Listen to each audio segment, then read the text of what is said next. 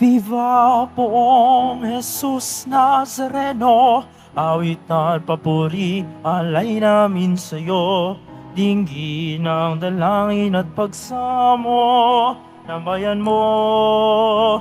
Viva poong Jesus Nazareno.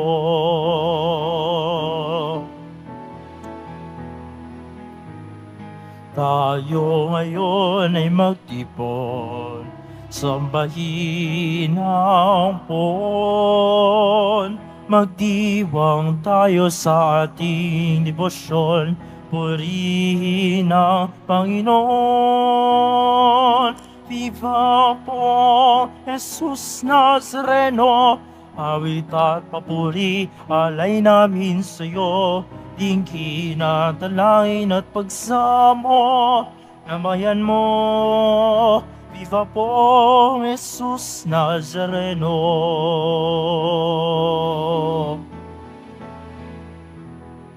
Simulan natin ang ating banal na pagdiriwang sa ngalan ng Ama at ng Anak at ng Espiritu Santo. Amen.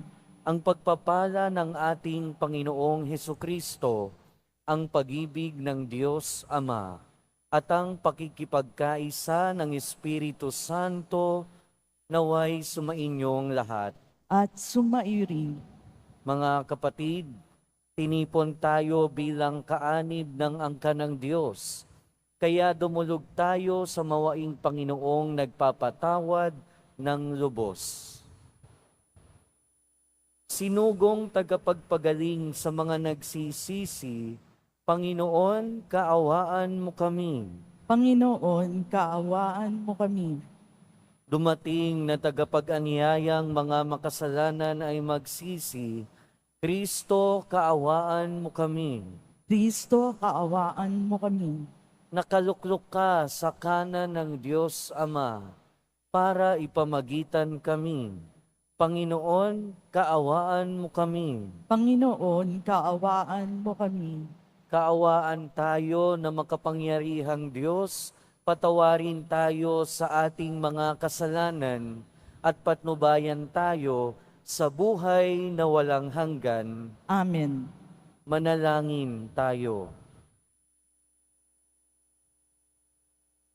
Ama naming makapangyarihan, Ikaw ang Diyos ng aming mga ninuno.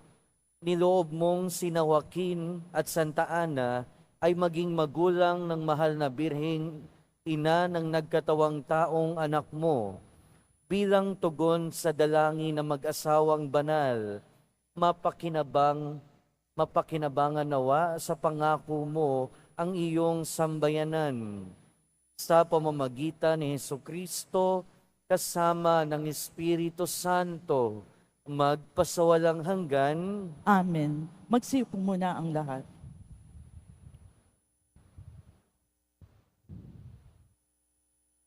Pagbasa mula sa aklat ni Propeta Jeremias. Magbalik kayo sa akin, kayong mga nagtaksil, pagkat ako ang inyong Panginoon, wika ng Panginoon. Kukuha ako sa inyo ng isa sa bawat bayan at dalawa sa bawat angkan, at ibabalik ko kayo sa bundok ng Siyon. Bibigyan ko kayo ng mga pinunong tatalima sa akin, at pamamahalaan nila kayo ng buong katalinuhan at pagkaunawa. At kung dumami na kayo sa lupaing iyon, hindi na pag-uusapan ng mga tao ang tungkol sa kaban ng tipan ng Panginoon. Hindi na nila ito kakailanganin, ni iisipin o gugunitain.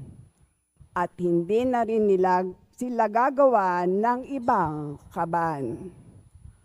Pag sumapit na ang panahong iyon, ang Jerusalem ay tatawaging luklukan ng Panginoon. Lahat ng bansay makakatipon doon upang parangalan ako. Hindi na nila gagawin ang balang maibigan. Ang salita ng Diyos. Salamat sa Diyos.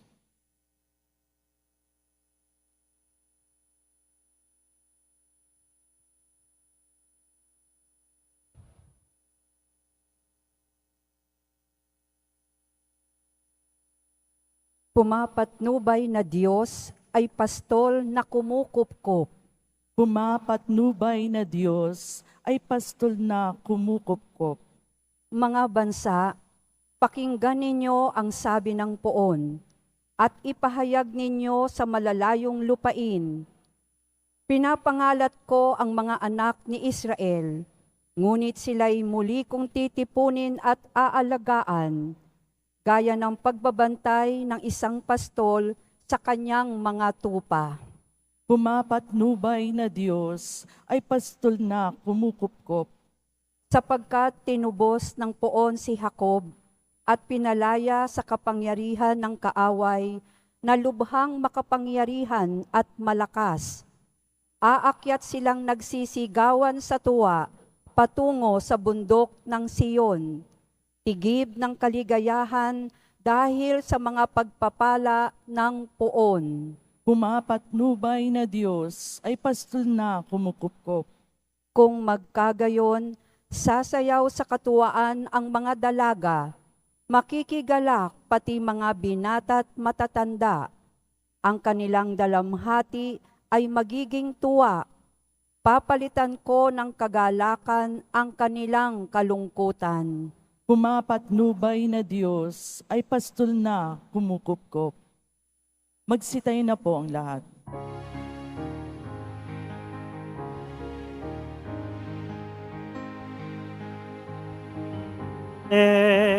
Alleluia, alleluia, alleluia, alleluia.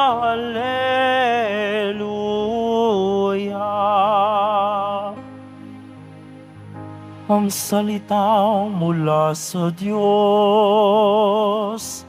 kapag isinasaloob, ay mamumunga ng lubos. Alleluia, alleluia, alleluia, alleluia.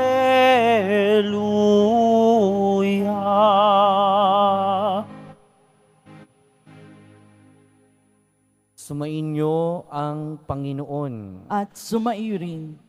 Ang mabuting balita ng Panginoon ayon kay San Mateo. Papuri sa iyo, Panginoon. Noong panahong iyon, sinabi ni Jesus sa kanyang mga alagad, "Pakinggan nga ninyo ang kahulugan ng talinhaga tungkol sa maghahasik. Ang mga nakikinig ng salita tungkol sa paghahari ng Diyos, ngunit hindi nakaunawa nito ay katulad ng mga binhing nahasik sa tabi ng daan. Dumarating ang masama at inaagaw ang nahasik sa kanilang puso. Inilalarawan ng binhing nahasik sa kabatuhan ang nakikinig ng salita at masayang tumatanggap nito kaagad.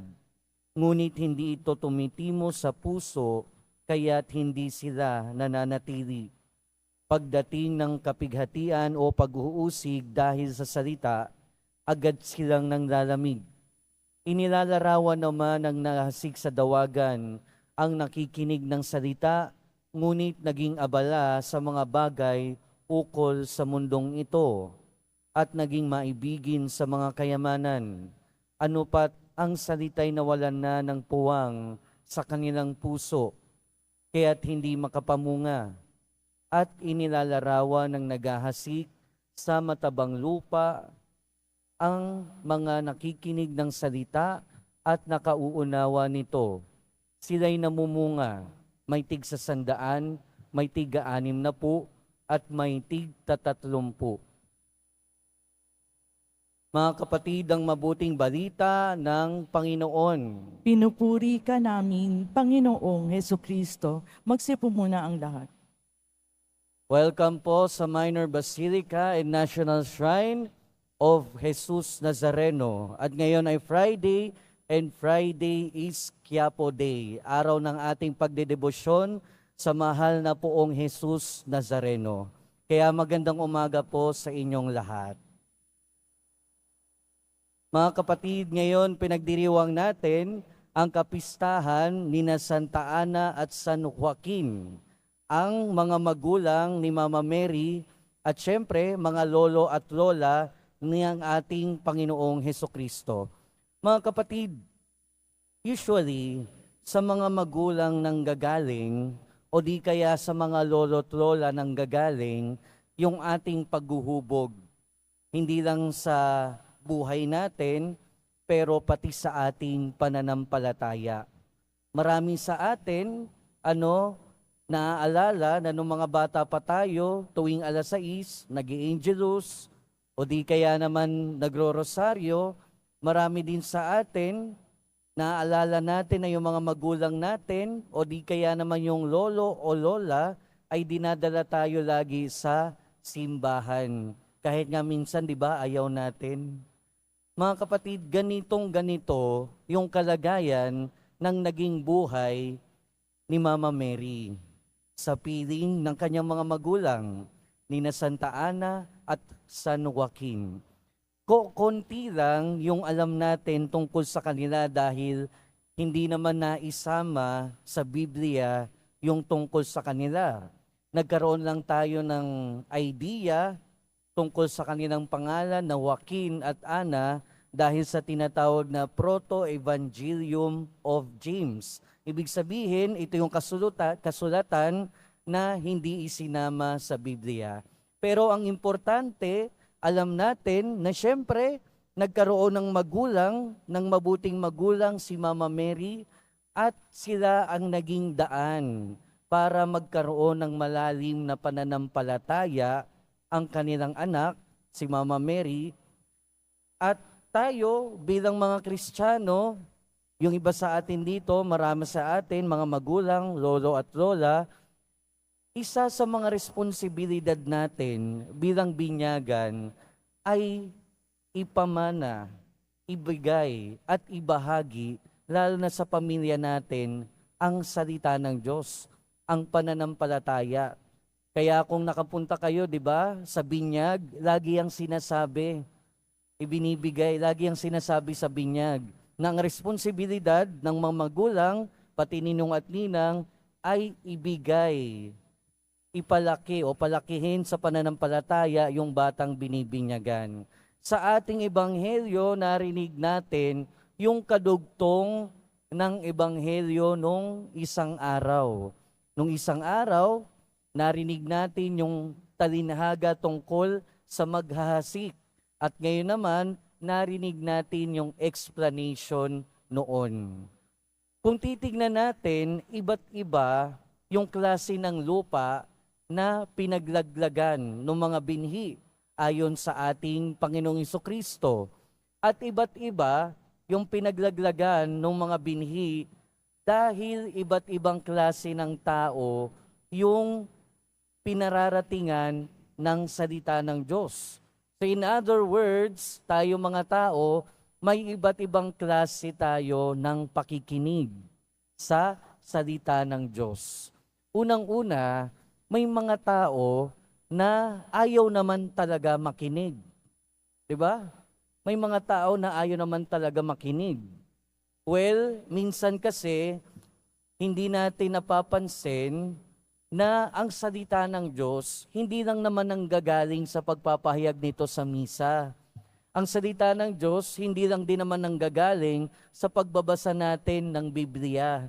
Dahil ang Diyos ay may iba't ibang paraan para maiparating sa atin ang salita ng Diyos. At minsan, yun ay sa pamamagitan ng ating kapwa. Sabi ko nga kanina, sa magulang, sa lolo't lola, sa ating kapwa, at sa kung kani-kanino pa. Pero minsan, may mga tao na wala naman talagang intensyon na makinig. 'Di ba? May mga taong ganyan. Pinagsasabihan na, pinapangaralan na, pero in the first place, ayaw naman talagang makinig. Dahil sarado ang isip, sarado ang puso. Ganon din naman sa salita ng Diyos.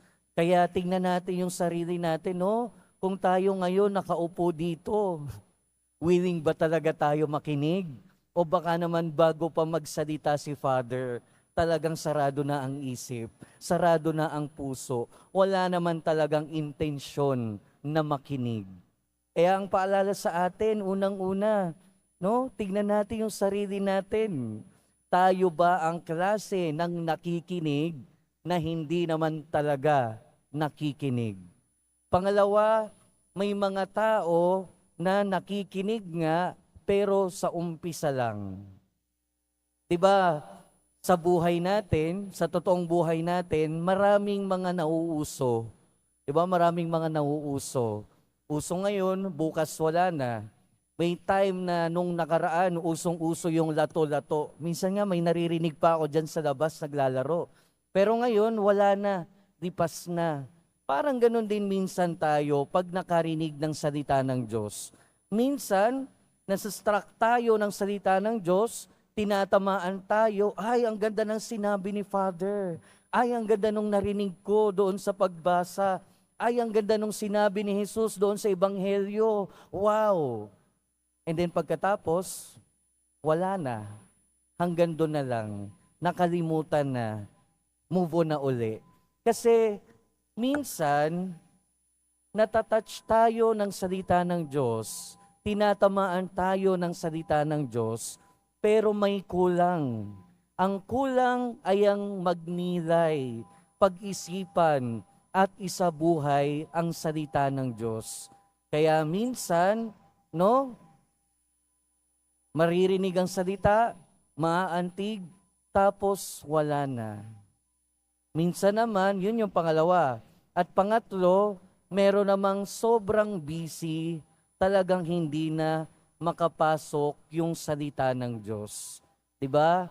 Hindi rin naman tayo ligtas sa ganyan, na kahit na nagbibigay tayo ng oras sa simbahan, kahit nagbibigay tayo ng oras sa pananalangin, kahit nagbibigay tayo ng oras sa pakikinig, na sobrang busy natin, hindi na makapasok sa ating isip at puso ang salita ng Diyos. Kasi ang dami-dami nating concern. Pagkapasok natin dito sa simbahan, pag-upo natin, makikinig tayo, pagdating ng homily, tingin na sa relo, pagdating ng homily, tingin na sa labas, pagdating ng wala na. Sobrang daming concern. Diba? Ang dami-dami nating concern minsan, hindi na natin mapabayaan na makapasok ang salita ng Diyos. Kaya tignan natin, sa dami ng beses ng pagsisimba natin, sa dalas ng pagsisimba at pakikinig natin sa salita ng Diyos, at minsan sa pagbabasa natin ng Biblia sa bahay natin, saan na ba tayo nakarating? O ano kayang klase ng nakikinig tayo? Tayo ba yung ayaw makinig? Tayo ba yung nakikinig pero sa umpisa lang? O tayo yung hindi na makapakinig sa sobrang dami ng concern at distraction? Pero merong pang-apat na klase ng nakikinig. Yung nakikinig na bukas ang isip at puso, tinatanggap ang salita ng Diyos, inuunawa at isinasabuhay. At ito yung klase ng pakikinig na hinihingi sa atin ng ating Panginoon. Ngayon, dito sa loob ng simbahan, mainit, maraming tao, ang ingay-ingay pa dyan sa labas, may nagtatrabaho, pero hindi dapat maging dahilan ng kahit na ano para hindi tayo makapakinig. Hindi dapat maging dahilan ng kahit na ano para hindi natin matanggap ang salita ng Diyos. Dahil ang mensahe sa atin ng ating Panginoon na ngayon, maging tunay na nakikinig.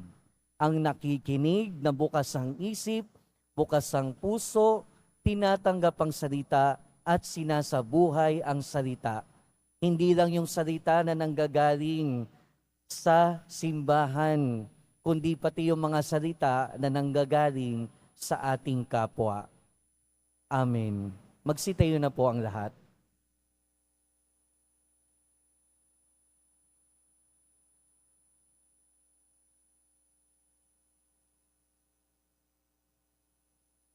Minamahal kong mga kapatid, kasama ni na San Joaquin at Santa Ana, magtiwala tayo sa Panginoon na nakaaalam ng mga pangangailangan ng ating mga pamilya at pamayanan ng simbahan. Sa bawat panalangin ng ating itutugon, Ama ng mga salin lahi, maging mapagpala ka sa amin. Ama ng mga salinlahi, maging mapagpala ka sa amin. Ang simbahan naway patuloy na magtanggol sa kabanalan ng kasal at ang kahalagahan ng buhay ng pamilya. Manalangin tayo. Ama ng salinlahi, maging mapagpala ka sa amin. Ang mga magulang naway maitanim sa isip at puso ng kanilang mga anak ang mga aral sa pagmamahalan at kabanalan. Manalangin tayo. Ama ng mga salinlahi, maging mapagpala ka sa amin. Ang mga anak naway laging magmahal at gumalang sa kanilang mga magulang at mga ninuno. Manalangin tayo. Ama ng mga salinlahi, maging mapagpala ka sa amin. Ang mga mag-asawang nagkakalayo, naway muling matuklasan at pahalagahan ang isa't isa sa diwa ng kapayapaan, pagpapatawad at pagkakasundo. Manalangin tayo. Ama ng mga salinlahi, maging mapagpala ka sa amin. Sa mga yumaong miyembro ng ating pamilya, naway ipagkaloob ng Diyos ang kapayapaan. Manalangin tayo. Ama ng mga salinlahi, maging mapagpala ka sa amin. Panginoong Diyos, basbasan mo ang aming mga tahanan. Pagbuklurin mo ang aming mga anak na lalaki at babae sa nag-iisang pamilya ng iyong simbahan. Hinihiling namin ito sa pamamagitan ni Kristo na aming Panginoon. Amen. Magsiupo muna ang lahat.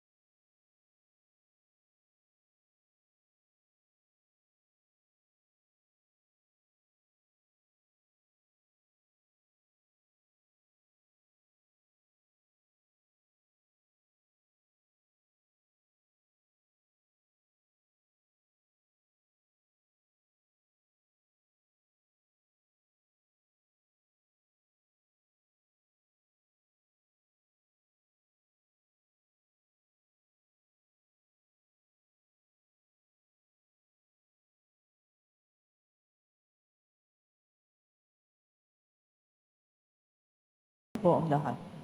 Manalangin kayo mga kapatid upang ang paghahain natin ay kalugdan ng Diyos amang makapangyarihan, Tanggapin nawa ng Panginoon itong paghahain sa iyong mga kamay, sa kapurihan niya at karangalan, sa ating kapakinabangan at sa buong sambayanan niyang banal.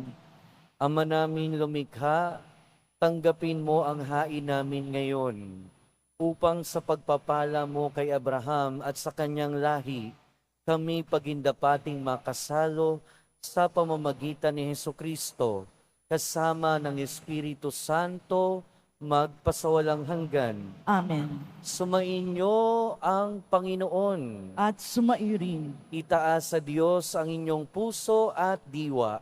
tinaas na namin sa Panginoon. Pasalamatan natin ang Panginoong ating Diyos. Marapat na siya ay pasalamatan. Ama naming makapangyarihan, tunay ngang marapat na ikaw ay aming pasalamatan.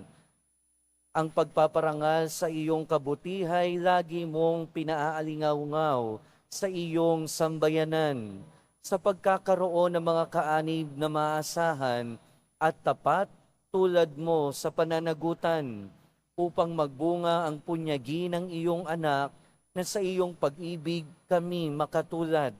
Ang mga banal na tao'y tumutulong sa lahat sa pagbibigay halimbawa at panalangin wagas.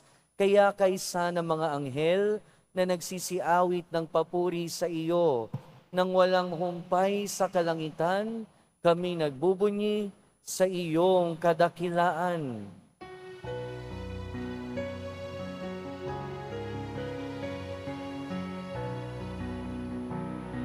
Santo, Santo, Santo, Panginoong Diyos ng mga hukbo, napupuno ang langit at lupa ng kadakilaan mo.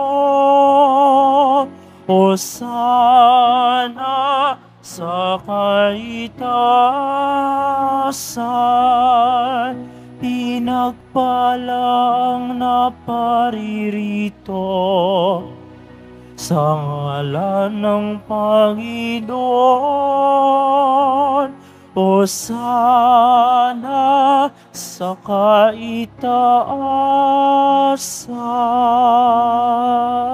Magsilod po ang lahat. Ama naming banal, ikaw ang bukal ng tanang kabanalan. Kaya't sa pamamagitan ng iyong Espiritu, gawin mong banal ang kaloob na ito, upang para sa aming maging katawan at dugo ng aming Panginoong Hesukristo. Bago niya pinagtiis ang kusang loob na maging handog, hinawakan niya ang tinapay, pinasalamatan kaniya, pinaghati-hati niya iyon, iniabot sa kanyang mga alagad at sinabi, "Tanggapin ninyong lahat ito at kanin. Ito ang aking katawan na ihahandog para sa inyo."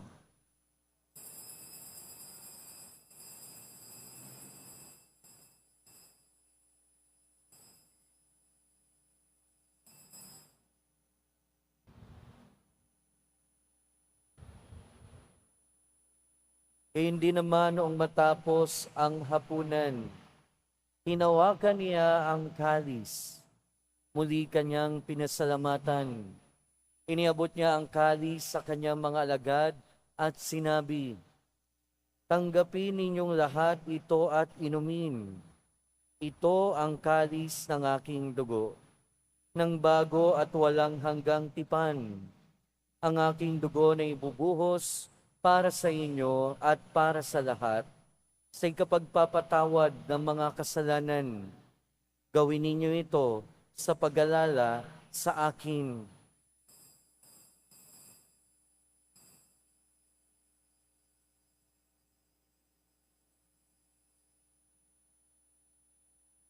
Magsitayo na po ang lahat. Ipagbunyi natin ang misteryo ng pananampalataya. Si Kristo'y namatay, si Kristo'y nabuhay, si Kristo'y babalik sa wakas ng panahon. Ama, ginagawa namin ngayon ang pag-alala sa pagkamatay at muling pagkabuhay ng iyong anak. Kaya tiniaalay namin sa iyo ang tinapay na nagbibigay buhay at ang kalis na nagkakaloob ng kaligtasan. Kami nagpapasalamat dahil kami iyong minarapat na tumayo sa harap mo para maglingkod sa iyo. Isinasamo namin kaming magsasalo-salo sa katawan at dugo ni Kristo ay mabuklod sa pagkakaisa sa pamamagitan ng Espiritu Santo. Ama, lingapin mo ang iyong simbahang laganap sa buong daigdig. Puspusin mo kami sa pag-ibig kaysa ni Francisco na aming Santo Papa at ni Jose na aming Obispo at ng Tanang Kaparian. Alalahanin mo rin ang mga kapatid naming nahinlay nang may pag-asang sila'y muling mabubuhay, gayon din ang lahat ng mga pumanaw. Kaawaan mo sila at patuloyin sa iyong kaliwanagan. Kaawaan mo at pagindapating kaming lahat na makasalo sa iyong buhay na walang wakas, kaysa ng mahal na Birheng Maria na Ina ng Diyos, ng kabinyang kabiyak ng puso si San Jose, kaysa ng mga apostol ni San Juan Bautista, San Joaquin at Santa Ana, at ng lahat ng mga banal na namuhay dito sa daigdig ng kalugod-lugod sa iyo. Maipagdiwang nawa namin ang pagpupuri sa ikararangal mo sa pamamagitan ng iyong anak na aming Panginoong Hesukristo.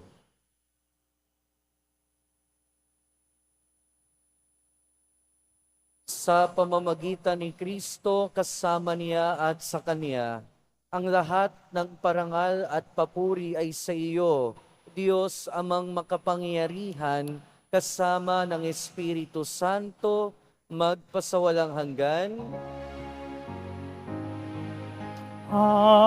Amen. Amen. Amen. Amen.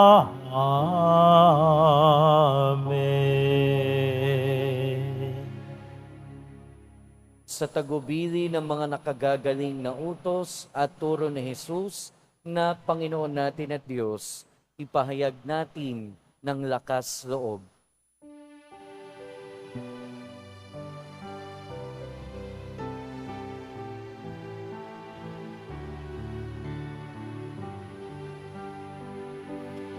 Ama namin, sumasalangit ka, sambahin ang ngalan mo, mapasamin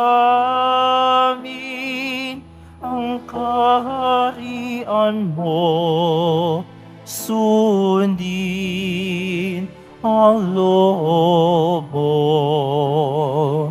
Dito sa lupa para nang sa langit.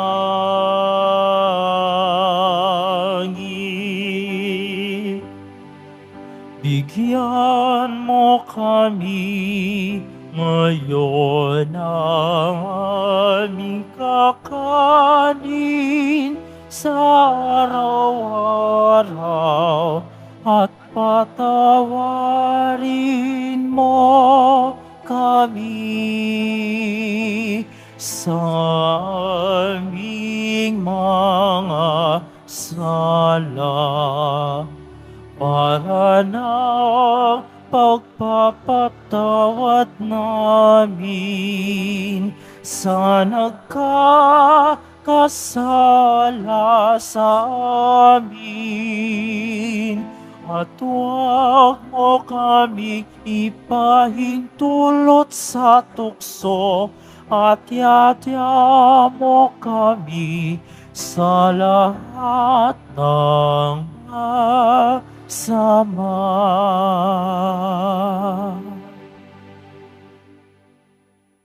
Hinihiling namin kami, Edya, sa lahat ng masama, pagkalooban ng kapayapaan araw-araw, iligtas sa kasalanan at ilayo sa lahat ng kapahamakan, Samantalang aming pinananabikan ang dakilang araw ng pagpapahayag ng tagapagligtas naming si Heso Kristo.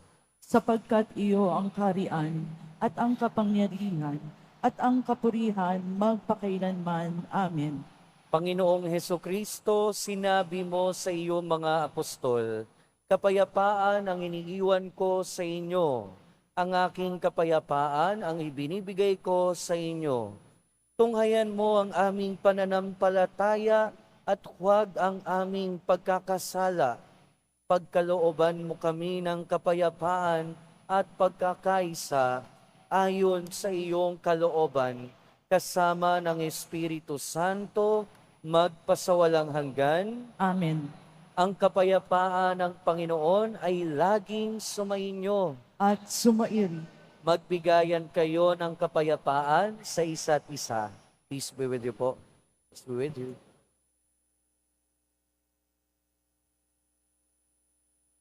Kordero ng Diyos na nag-aalis ng mga kasalanan ng sanlibutan, maawa ka sa amin. Kordero ng Diyos na nag-aalis ng mga kasalanan ng sanlibutan, maawa ka sa amin. Kordero ng Diyos na nag-aalis ng mga kasalanan ng sanlibutan, ipagkaloob mo sa amin ang kapayapaan. Magsilid po ang lahat.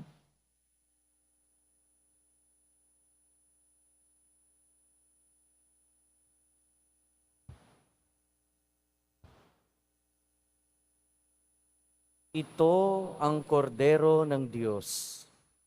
Ito ang nag-aalis ng kasalanan ng sanlibutan. Mapalad ang mga inaanyayahan sa kanyang piging. Panginoon, hindi ako karapat-dapat na magpatuloy sa iyo, ngunit sa isang salita mo lamang ay gagaling na ako.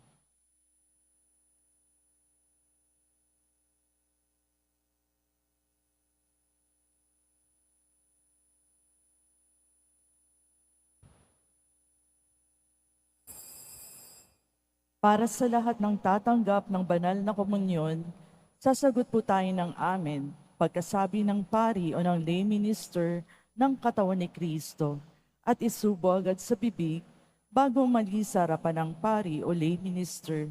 Sumunod po tayo.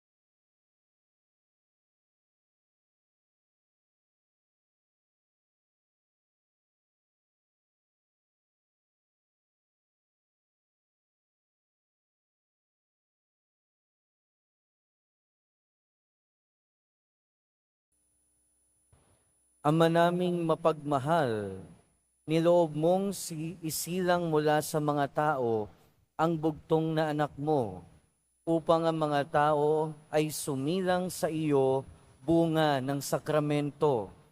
Hinihiling namin kaming nagsalo sa pagkaing laan sa mga anak, ay pabanalin mo sa espiritu ng iyong pagkupkop sa aming lahat. Sa pamamagitan ni Hesukristo, kasama ng Espiritu Santo, magpasawalang hanggan. Amen. Sumainyo ang Panginoon. At sumaiyo rin. Mahal na poong Hesus Nazareno, inihayag mo sa pamamagitan ng krus ang walang maliw na pag-ibig ng Diyos sa sangkatauhan. Pakinggan mo ang kahilingan ng iyong angkan na nagsusumamo sa iyo. Makamtan nawa nila ang iyong katugunan at tanggapin ang kasagutan na may utang na loob na tinatanaw. Basbasan din po ninyo ang mga daladala nilang mga imahen at dasalan. Sa pamamagitan ng bendisyon na ito, naway maalala nila ang mga pangako nila noon sa binyag, na ikaw ang kanilang iibigin at paglilingkuran bilang Panginoon magpasawalang hanggan. Amen. At pagpalain kayo ng makapangyarihan at mapagmahal na Diyos, ng Ama at ng Anak at ng Espiritu Santo. Amen. Humayo kayong taglayang kapayapaan ng poong Hesus Nazareno. Salamat sa Diyos.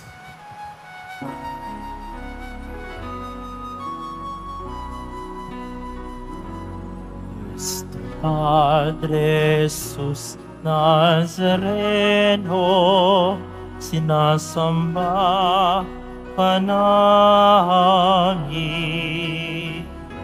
Pinipintuho ka namin, aral mo ang aming buhay at kaligtasan.